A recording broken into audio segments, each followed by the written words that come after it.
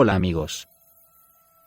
En muchos de mis vídeos suelo hacer referencia al discurso de Vladimir Putin en Múnich, pues para entender el mundo actual y en el momento en el que nos encontramos toda la humanidad, se hace imprescindible su visionado o lectura. Fue un discurso del presidente ruso Vladimir Putin dado el 10 de febrero de 2007 durante la Conferencia de Seguridad de Múnich. Putin usó el discurso para expresar puntos significativos de la dirección futura de la política, y avisó que Rusia sería dirigida por sí misma, y no permitiría injerencias ni amenazas. En su intervención, Putin condenó firmemente los esfuerzos de Estados Unidos por construir un mundo unipolar, criticó el acercamiento de la OTAN hacia las fronteras de Rusia, llamó a la paciencia en la cuestión del programa nuclear iraní, y advirtió sobre la necesidad de actuar respetando la Carta de las Naciones Unidas, además de abordar otros asuntos de importancia global. El discurso tuvo una gran repercusión y llegó a ser conocido como el discurso de Putin en Múnich.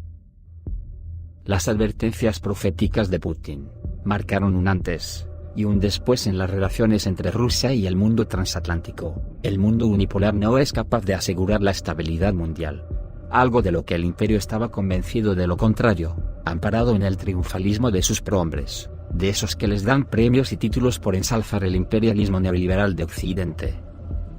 Como por ejemplo, el filósofo y politólogo estadounidense Francis Fukuyama, que entusiasmado con la desintegración del bloque socialista, anunciaba el fin de la historia. Y lo plasmó en un libro en 1992, que fue aplaudido en el imperio hasta con las orejas. Lo tituló El fin de la historia y el último hombre. Se trataba de una tesis que aseguraba la victoria final e indiscutible del liberalismo occidental, como el punto más alto de la evolución social y cultural de la humanidad, y nos predecía un futuro lleno de paz y desarrollo, sin conflictos globales o inestabilidad.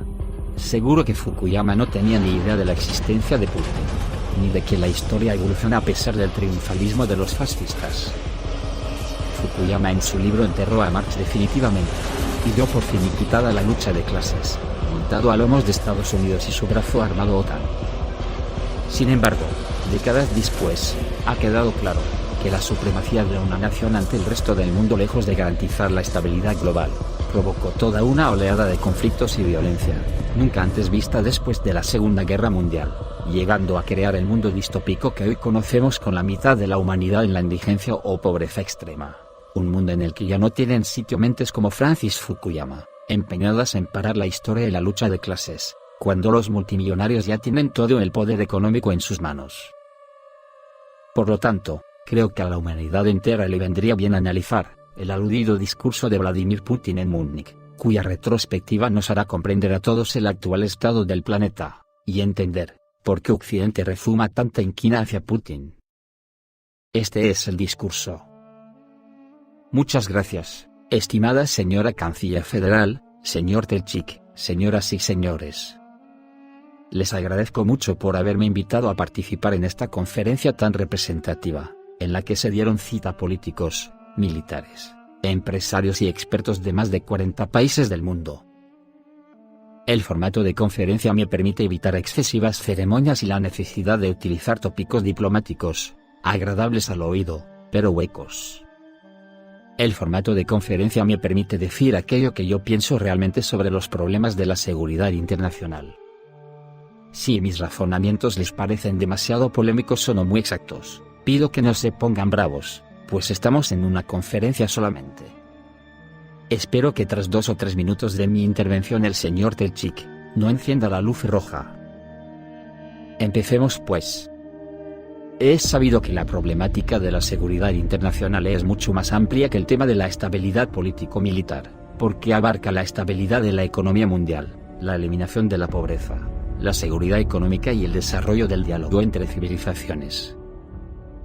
El carácter universal e indivisible de la seguridad está recogido en su principio básico: la seguridad de cada uno es la seguridad de todos.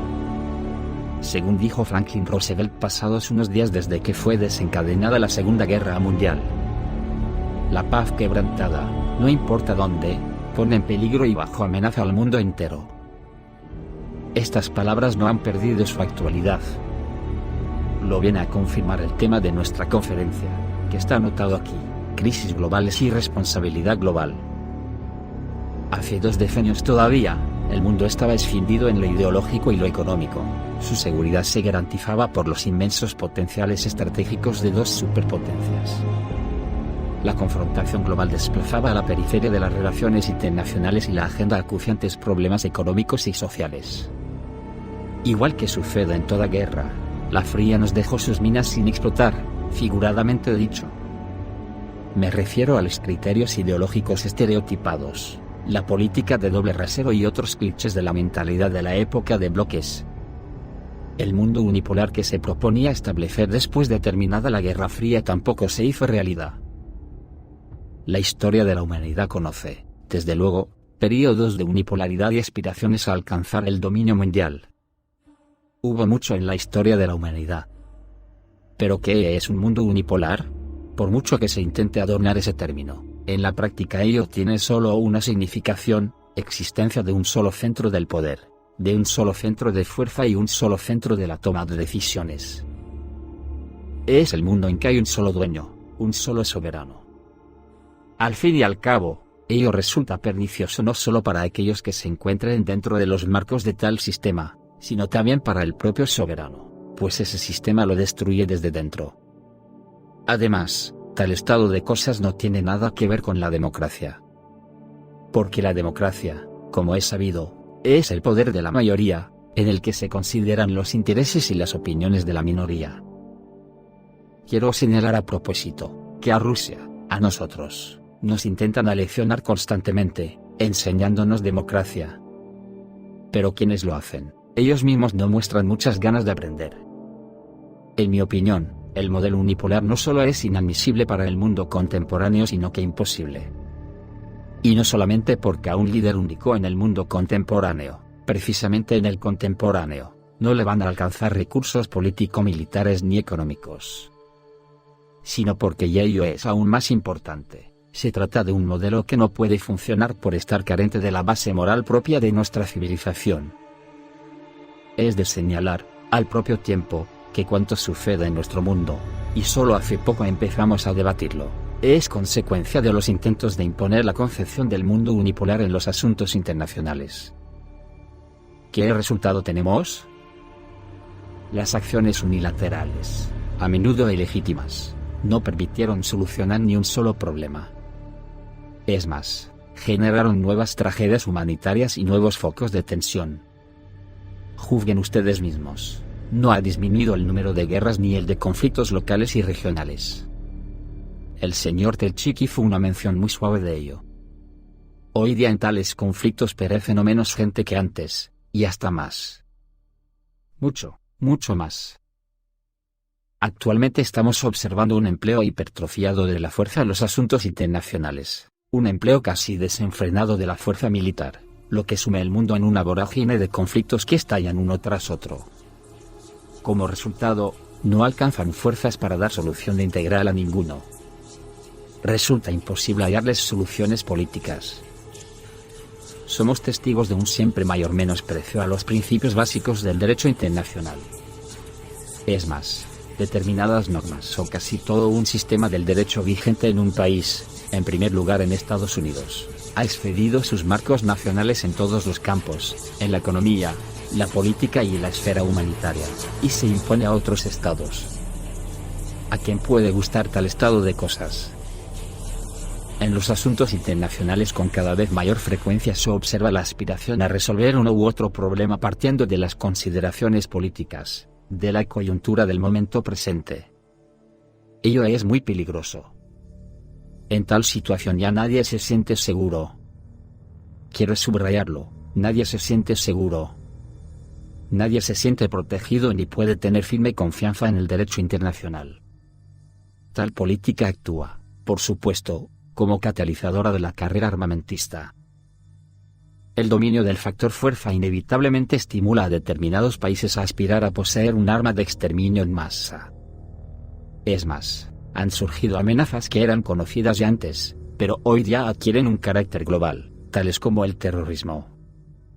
Estoy convencido de que hemos llegado a una etapa crucial en la que debemos ponernos a reflexionar seriamente sobre la arquitectura que ha de tener la seguridad global.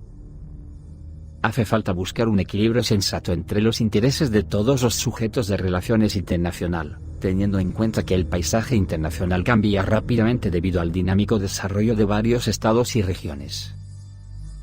La señora Canciller Federal ya lo ha mencionado.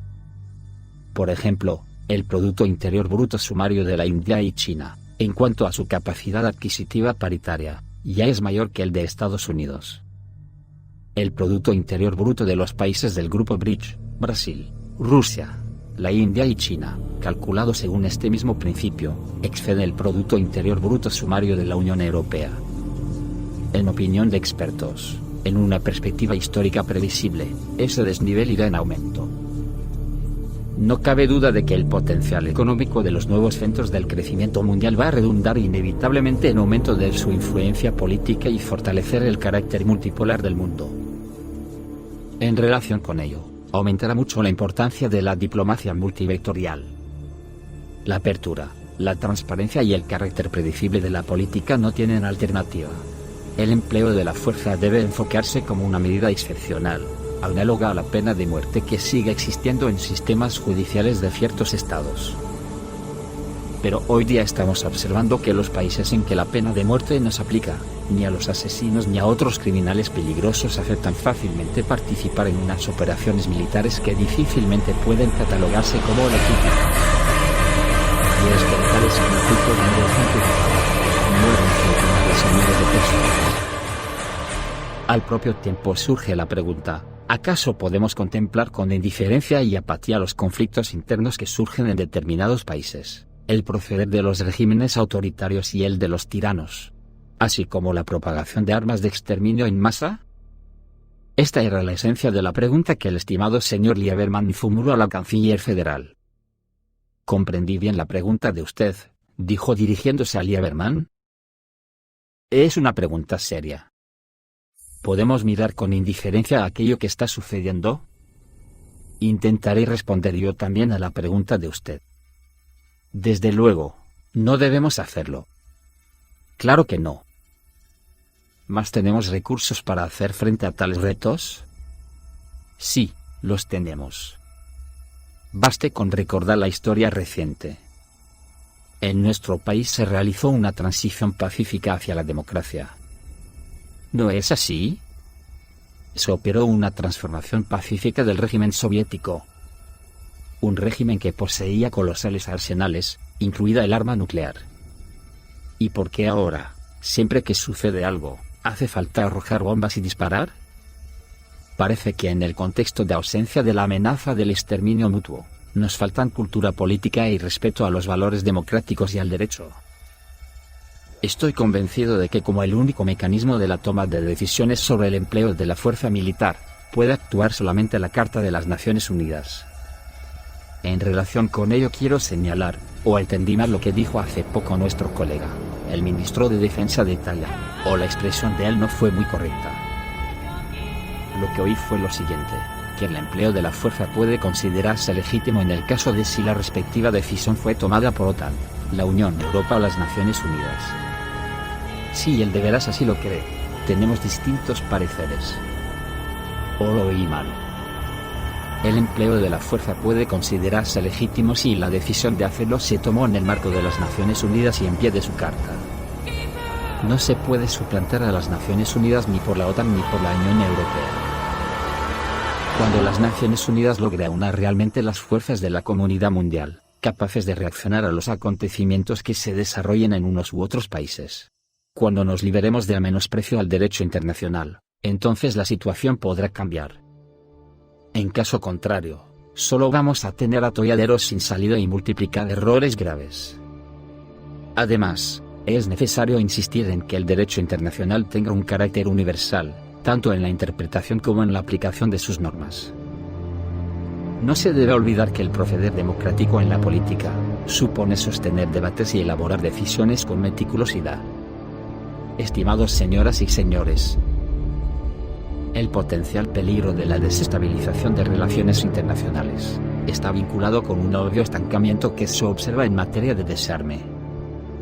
Rusia se manifiesta a favor de reanudar el diálogo sobre este importante